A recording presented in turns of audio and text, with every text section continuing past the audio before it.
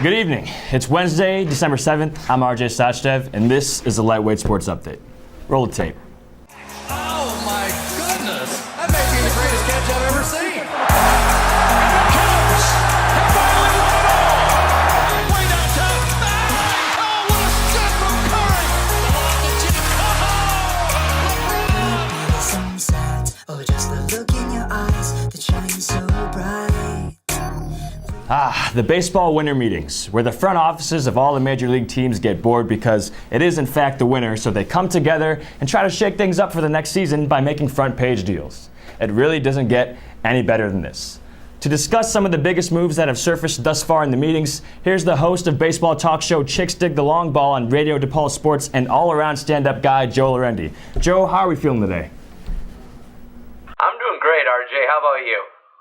I'm doing fantastic, and I want to start here with you on what I think is the biggest move so far to come out of these winter meetings, and that is Chris Sale going to the Red Sox. What is your take on this deal? What does this move do for the Red Sox going into next season? Yeah, I mean, this is a huge deal for the Boston Red Sox right now. I mean, then that's the key word. It's now for the Boston Red Sox. I mean, they had a good team before, and they were favorites in the AL, even last year going into the postseason. Now even more with adding Chris Sale. This team is, without a doubt, the favorite to represent the AL in the World Series next year. Let's just break it down from just their starting rotation right now is just absolutely amazing. You're going to probably have Chris Sale at number one, who they just got. Then you go on to Rick Porcello, who was the reigning Cy Young winner, and then David Price is their third pitcher. This rotation for the Red Sox is very, very scary moving forward, and there's no doubt about that. This team is going to be the favorites in the AL come next season. Now, I was reading yesterday that after this move, the World Series odds for the Red Sox increased from, I think it was around 13-1, and now it is at 5-1, trailing only the Cubs, who are at 3-1. Now, I want to compare these two teams. After this deal, the Chris Sale deal, are the Red Sox, do you think, personally, are the Red Sox favorited over the Cubs to win the World Series next year? I mean, that's a good question. I think it's going to be between those two teams to decide who your favorite is going into next season. I still think you have to put the Cubs there. They've done it. I know the Red Sox have won World Series, not too long ago, but especially this Cubs team has done it. You still got to worry with, David Price still is yet to win a postseason game. So there's still some concerns with the Red Sox, and there's still concerns with the Cubs. I'm still going to take the Cubs over the Red Sox as of right now, just because they're proven champions.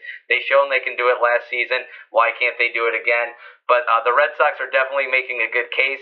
They had great offense last year, but they're also losing Big Papi. And I think that's been lost a little bit in all these in all the breakdowns. Is Big Papi, who was one of their best hitters last year, believe it or not, even in his last season. He's going away. So we'll have to see what this Red Sox team can do on offense. But one thing we can learn when you look at the Cubs, too, it really starts with the rotation and the pitching. And when you have good pitching, really anything is possible. And I think that's going to be the same for the Red Sox. They can really shut anyone down, and really if they just score a couple runs, they're going to win most games with a pitching staff like that. Yeah, that 1-2-3 combination is extremely formidable. For any team in a 3-game series to face those three guys, that's not something you want to do. Now I want to switch gears. We were talking about the Cubs. There was a deal. We all knew that Jorge Soler was on the trading block for a while now. Now, reports of a deal between the Cubs and the Royals, Wade Davis for Jorge Soler, who won this deal? If you're the Cubs, you get a good relief pitcher, somebody who can fill in a closer role, and if you're the Royals, you get a young guy who can play the outfield. He needs to develop a little bit more in the outfield, but he's a power hitter. So who won this deal in your eyes?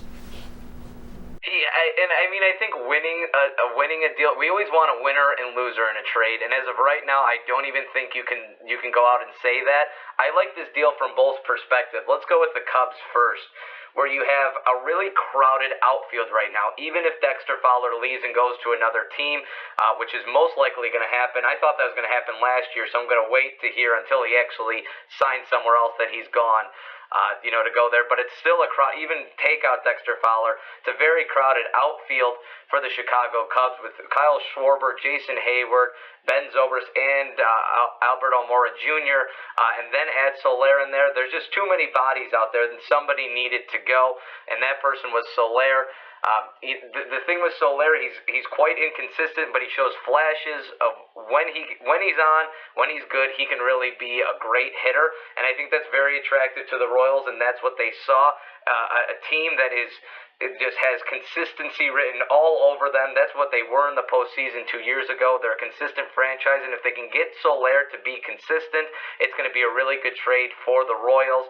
And from the Royals sending Wade Davis over to the Cubs, this is a great deal for the Cubs. They're not going to have a closer after this year. If people think that Aroldis Chapman's going to come back, that's just simply not going to happen. He's just too much money. And to be honest, he was very good for the Cubs, but definitely had shows some weak spots there. It's just too much money and too big of a risk for the Cubs to bring him back.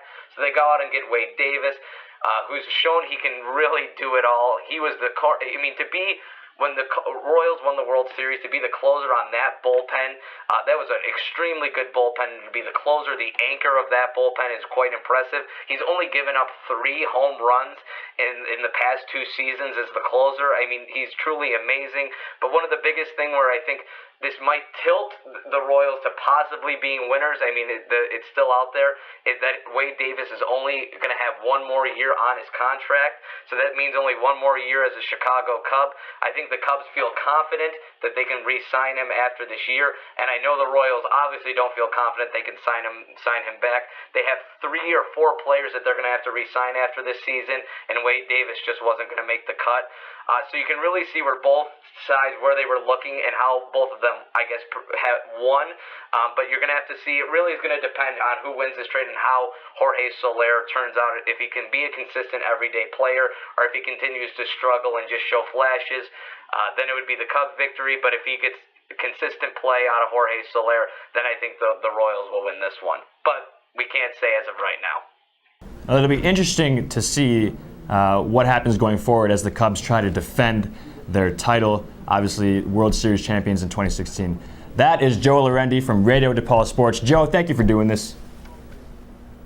Thank you for having me on, RJ. I appreciate it. That's all I got for you guys today. Thanks to Joe for doing that. I'm going to get out of here. Thanks for watching, and I will see all of your beautiful faces next time around.